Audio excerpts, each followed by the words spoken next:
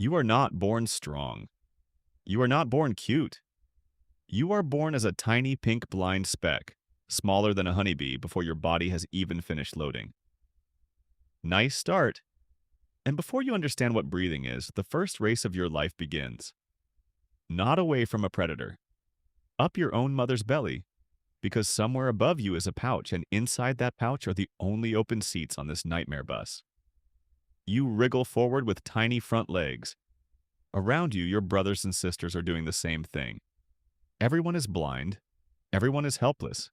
Everyone is racing. And, oh look, your mother has more babies than she has milk stations.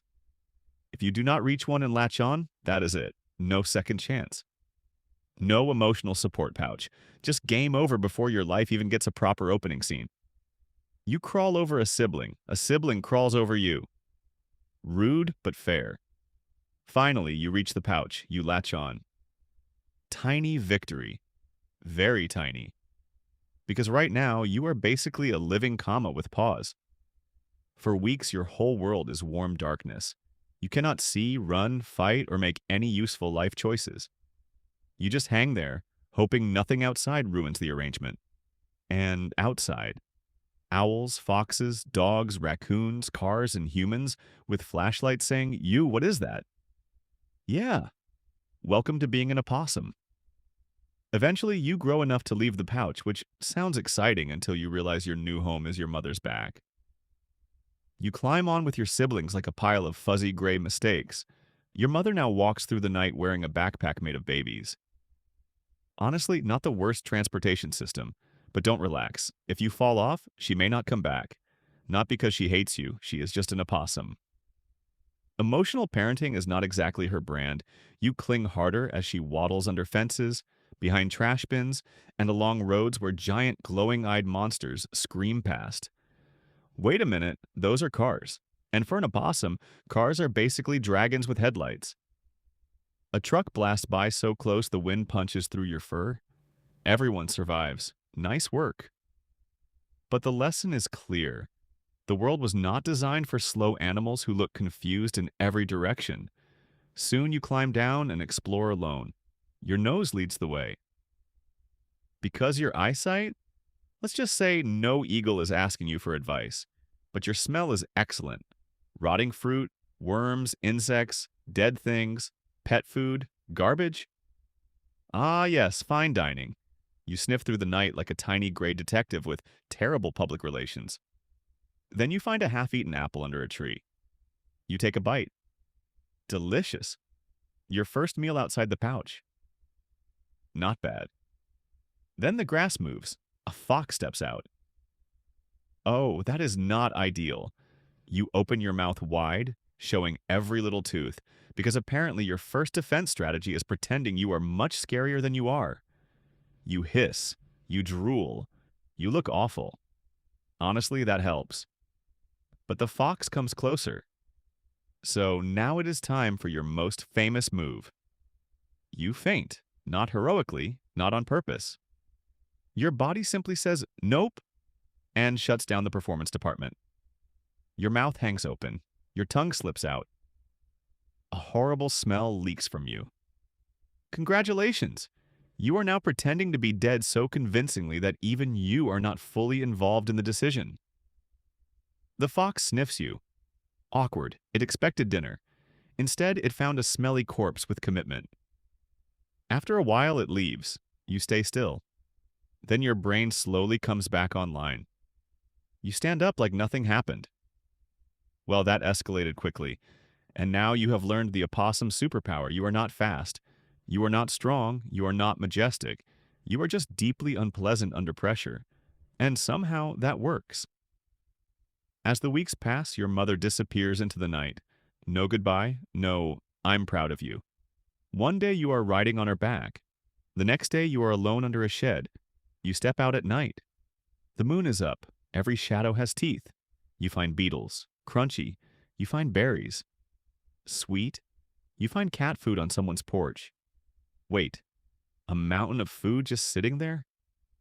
Then the porch light turns on. You hiss. The human screams. You waddle away at a speed that can only be described as determined but disappointing.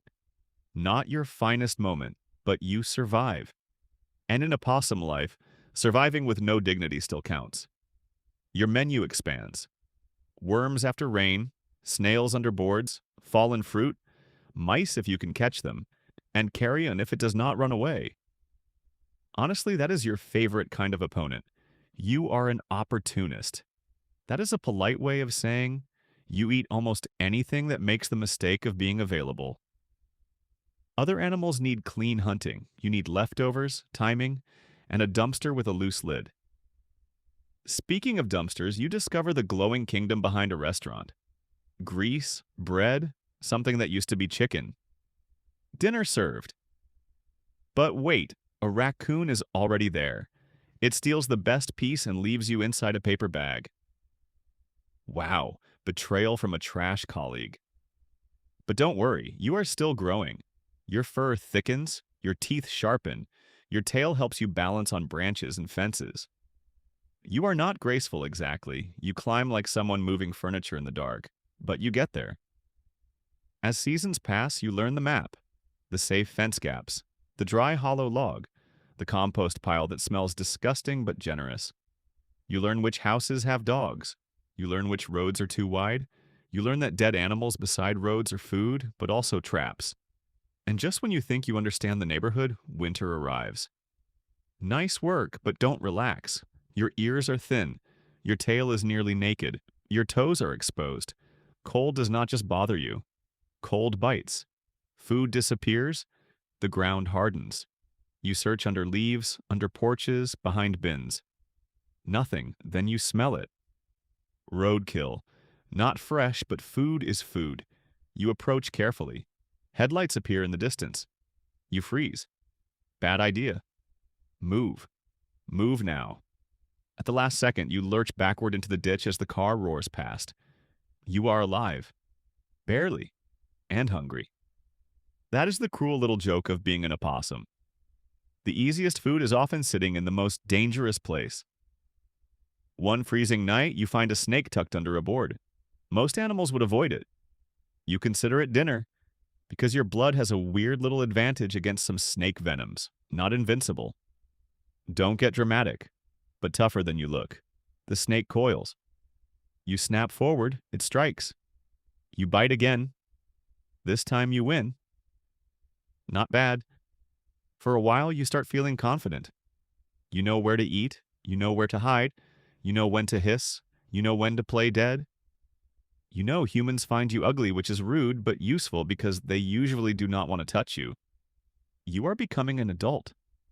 Gray fur, pink nose, naked tail. A face only a wildlife rehabilitator could love.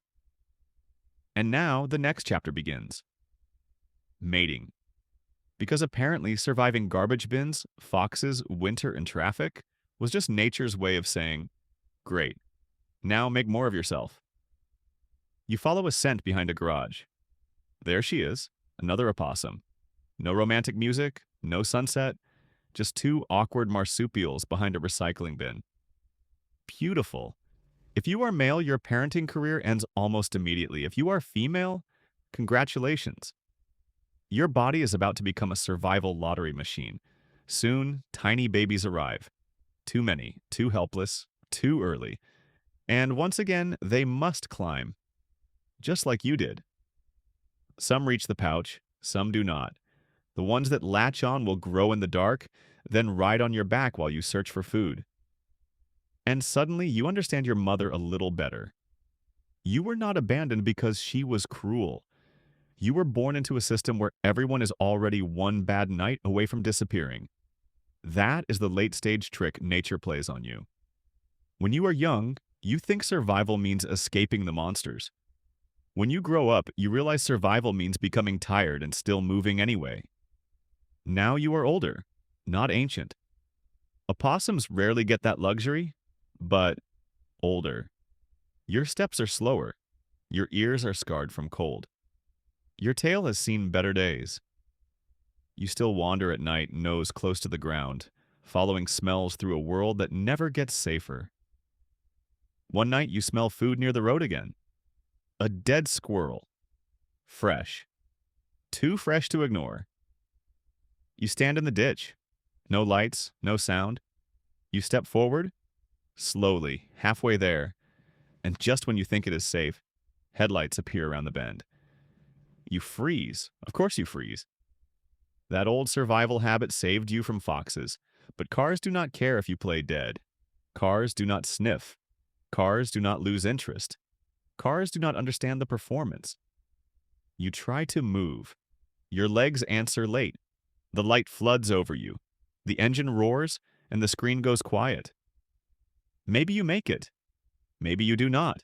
That is the brutal truth of being an opossum. You can survive birth as a blind pink speck. You can win the race to the pouch. You can escape foxes by becoming the world's worst-smelling corpse. You can raid trash, climb fences, fight snakes, carry babies, and wander through cities that never wanted you there. But your whole life is short, cold, risky, and mostly misunderstood. People think you are ugly. Predators think you are easy. Cars do not think at all. Still, for a little while you keep going. Nose twitching, feet tapping, tail dragging behind you. A tiny survivor eating whatever the world throws away. And somewhere nearby, another mother opossum is giving birth to a new pile of impossible little babies. They are blind, they are pink, they are crawling, and the race has already started.